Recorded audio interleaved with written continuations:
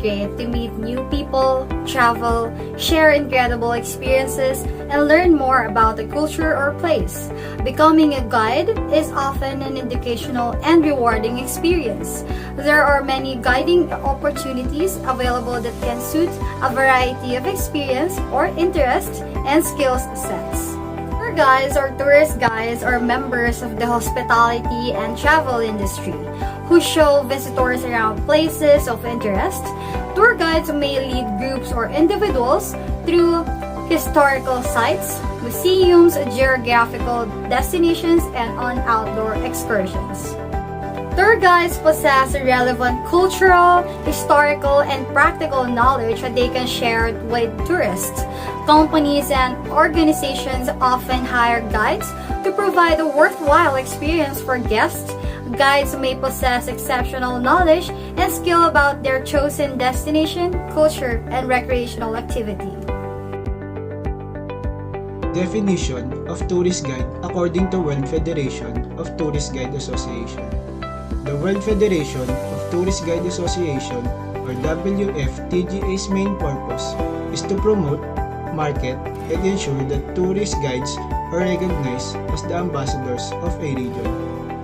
WFTGA came into being as a result of proposals put forward at the first International Convention of Tourist Guides in February 1985. Tourist guide is a person who guides visitors in the language of their choice and interprets the cultural and natural heritage of an area which person normally possess an area-specific qualification usually issued and or recognized by the appropriate authority.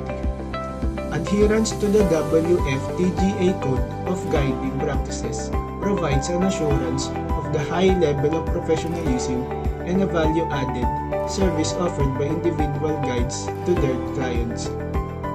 Tourist Guide Association, which belong to the World Federation of Tourist Guide Associations, accept on behalf of their members WFTGA's principles and aims to provide the professional services to visitors, professional in care and commitment, and professional in providing an objective understanding of the place visited, free from prejudice or propaganda, to ensure as far as possible what is presented as fact is true, and that a clear distinction is made between this truth and stories, legends, traditions, or opinions. To act fairly and reasonable in all dealings with all those who engage the services of guides with colleagues working in all aspects of tourism.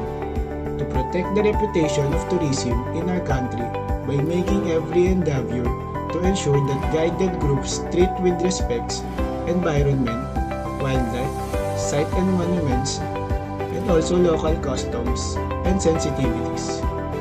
As representatives of the host country to welcome visitors in such a way as to bring credit to the country visited and promote it as a tourist destination.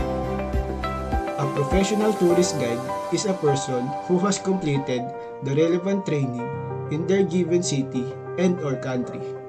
Should you wish to become a tourist guide, ensure that you meet the required qualification as per your country and city.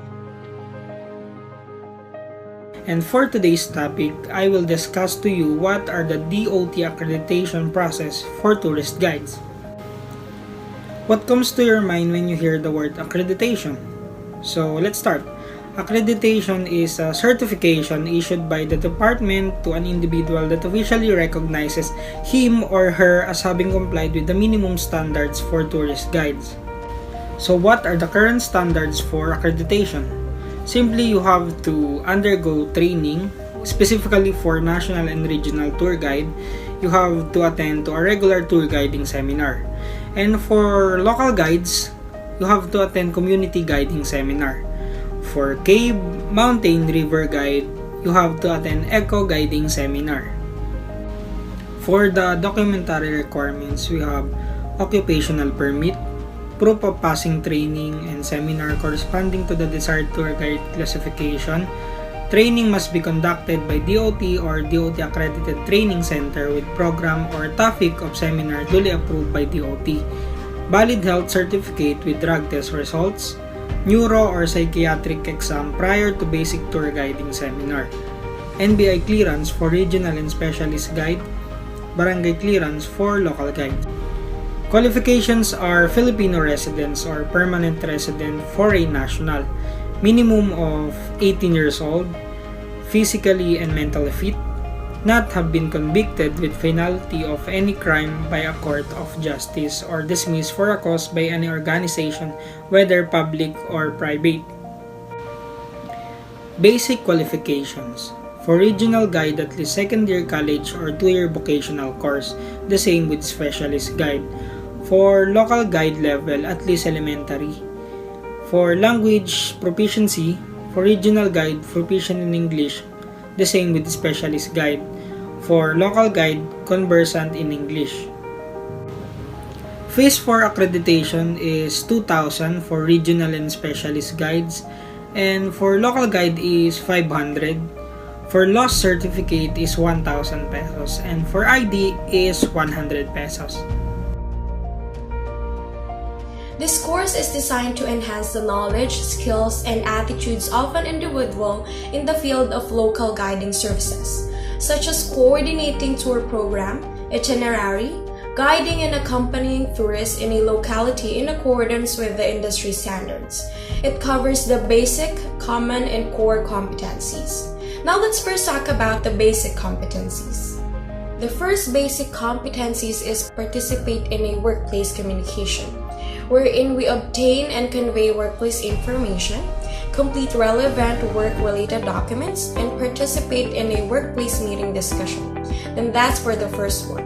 For the second one, we have work in a team environment. This describes an identified team, role, and responsibility in a team.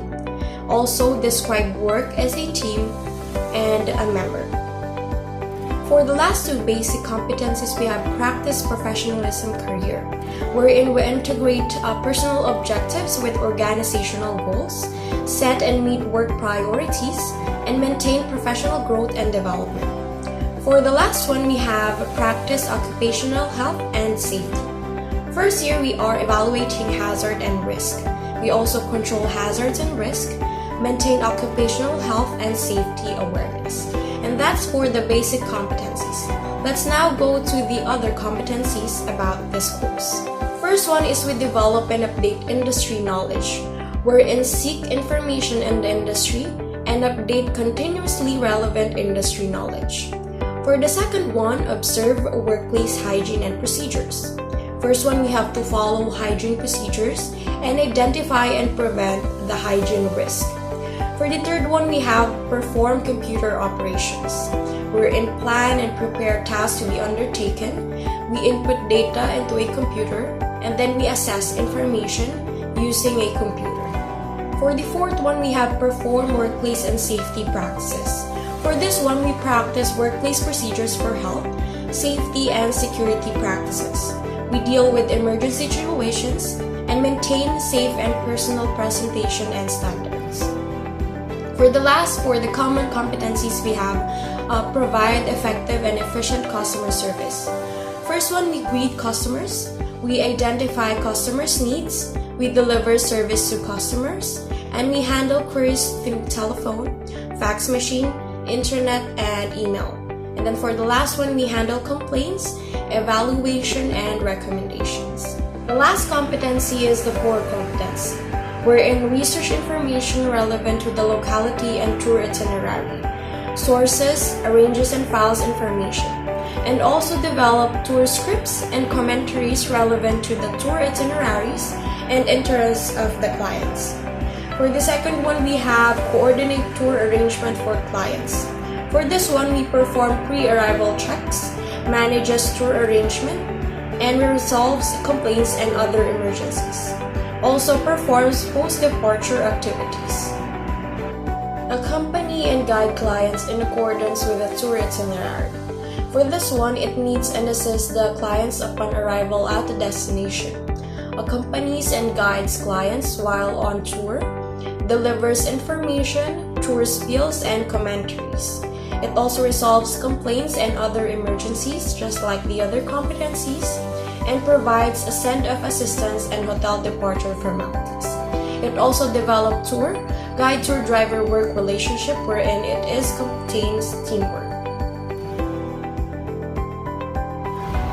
So the next thing that we would be discussing is the types of tourist guides. Now, when it comes to tour guiding, tourist guides are categorized in different types, specialized in various expertise. Today, I will be discussing 4 general types of tourist guides that the tourism industry has. The first one is the on-site or local tourist guide. Now, this type of tourist guide is competent enough to introduce the tourist in a certain locality. Usually, they are the one who has lived here for so long, and we seldomly call them the natives. Now, the second one is the city guide or escort guide. Now, this type of tourist guide accompanies their tourists from arrival to departure. They usually lead visitors to famous landmarks and attractions. The next one is the specialist guide. So by the name itself, this type of tourist guide is specifically focused on a very specialized matter such as marine life, historical, environmental, architectural, city, or museum. So for example, marine life, we would call that the marine guide, who is expert when it comes to marine ecosystems and bodies of water. And on the other hand, we have the historical guide, who is very expert when it comes to discussing histories to the tourists when it comes to historical places. The fourth one is the step-on guide, a guide who joins a tour bus for a local sightseeing excursion. They can actually be called as freelancer guides who come on board to give commentaries about the attraction being tour guided. Lastly, we have the private guides. So basically, this type of tourist guide is personally hired by the tourist for a specific reason. Hi everyone, it's your freelance tourist guide, Queenie. The job of a freelance tour guide. They almost work in any sector in which they feel more comfortable. A specific designation such as water guide, land guide, step-on guide, or tour guide is not required. You can work as a freelance guide if you have experience in the profession and you know how to do it.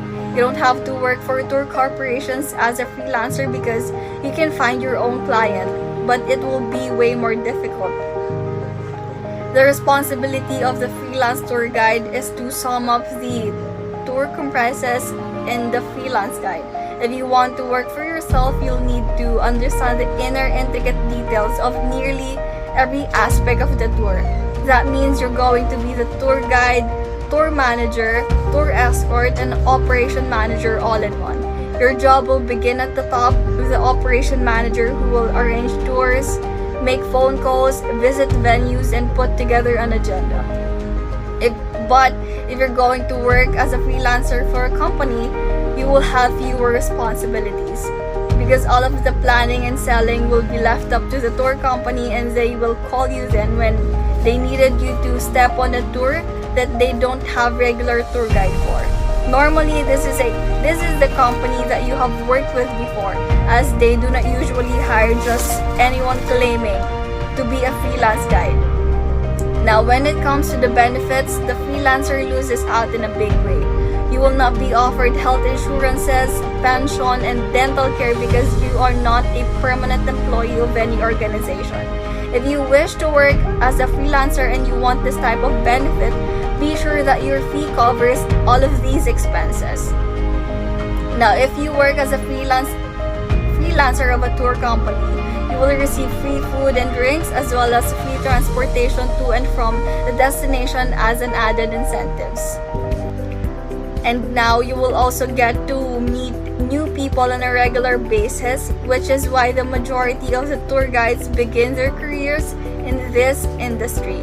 As a freelance tour guide, you must be suitably trained for a tour guide with significant experience that knows how to exhibit first aid and have thorough understanding of the travel and tour sector. The freelancer is an experienced tour guide, not a newbie. Today, I'm gonna discuss about staff guide. What is staff guide? Staff guide, tour guide who works in a travel agency. Freelance guide, tour guide who is not connected with a travel agency and paid per tip. Private or personal common in developing countries, where these services may be available at a reasonable price. They take small number of individuals on their own exclusive tour. A tour guide is a person who guides the visitors in the language of their choice. Guide helps travelers to understand the culture of the region and the way of life its inhabitants. On one hand, their role is to promote the cultural and natural heritage, and on the other hand, making the visitors aware of its importance. Additionally, the tour guide or tourist guide is the one who changes the perspective of guests in that particular places. Such as the tour guide gave the fact about the place to be the negative about that place, chance in the positive aspects. In conclusion, tour guide is not only for touring the guests in the location. Tour guide is the role of to promote and to learn the guests about the places. What is a museum tour guide? A tour guide in a museum, also known as a museum docent, serve as an ambassador, educator, and entertainer for the museum. These individuals possess a thorough knowledge of a museum's exhibits, which allows them to explain an exhibit or artifact significance and answer any questions that guests might have. Museum tour guides use their expertise to keep guests engaged. This sometimes involves leading large groups of individuals in a wide range of age groups, including children. These experts have detailed knowledge of an institution's exhibits and design specific tours based on an artist, theme, or another category. What do you think a museum tour guide do?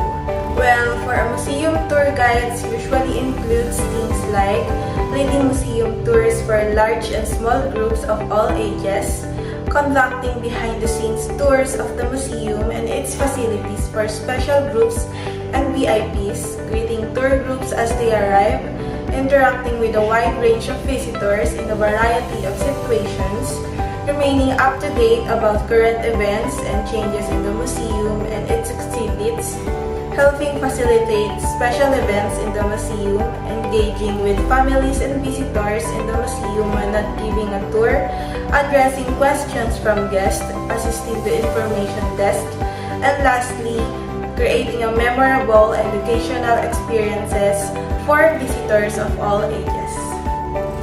And of course, tour guides in museums must possess a variety of skills such as communication skills, time management skills, multilingual skills, research skills, public speaking skills, adaptability, and charisma.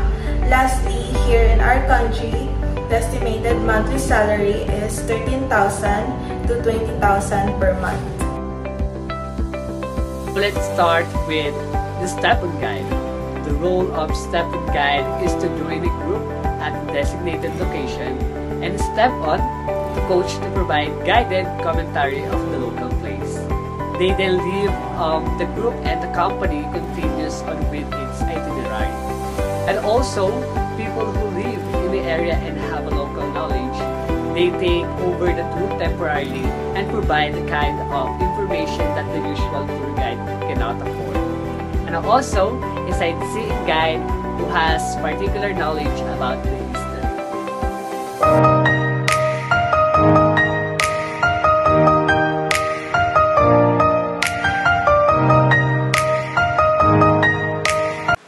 Through history, we can learn how past societies, systems, ideologies, governments, culture, and technologies were built, how they operated, and how they have changed. People and events that have shaped the region and who is specifically trained to show the sights of the city. Special interest tourism is the provision of customized tourism activities that caters to the specific interests of groups and individuals. In this case, Tourism is undertaken to satisfy a particular interest or need. Rather than having a broad focus, a special interest travel guide provides an in-depth look at a specific location or interest within a destination. First is spiritual tourism. The search of spiritual significance is one of the key reasons that prompted men to travel and explore since ancient times and today attracts even non-believers. Next is architecturism. The history of architecture is dotted with multiple styles that can also use to build an excellent travel itinerary. From ancient Roman to postmodern through Gothic and Renaissance, each period has left us countless architectural wonders. Next on the list is astronomical tourism or astrotourism. Ever since the Paleolithic age, the cosmos has never stopped fascinating humans. In addition to observing the constellations and astronomical phenomena like the aurora borealis and solar or lunar eclipse, astrotourism may also involve visiting the historical sites listed by UNESCO's Astronomy and World Heritage Initiative. Next is decay tourism. Abandoned buildings, factories, and asylums or entire neighborhoods, towns, and cities. Ruins of the past that are still able to tell stories and arouse emotion. Decay tourism brings us back into contact with the cruel passage of time, making us rediscover the beauty in decadence. Next is graffiti tourism. Graffiti can be a very expressive, intriguing art form, but also a way to mark mysterious trails. Let them guide you from the most remote suburbs to the city center. Next is culinary tourism. Take advantage of the huge variety of local food and drink that reflects the identity and traditions of each region, starting with yours. Next one is festival tourism. From music and cinema to cultural celebrations, festivals and events offer many good reasons to travel and enjoy new experiences. So there's a lot more of special interests that haven't been discussed. Tourism being the most important industry of any country, most of it are doing their best in order to maintain and preserve all of the resources that can attract the attention of their target tourists. That's all and thank you.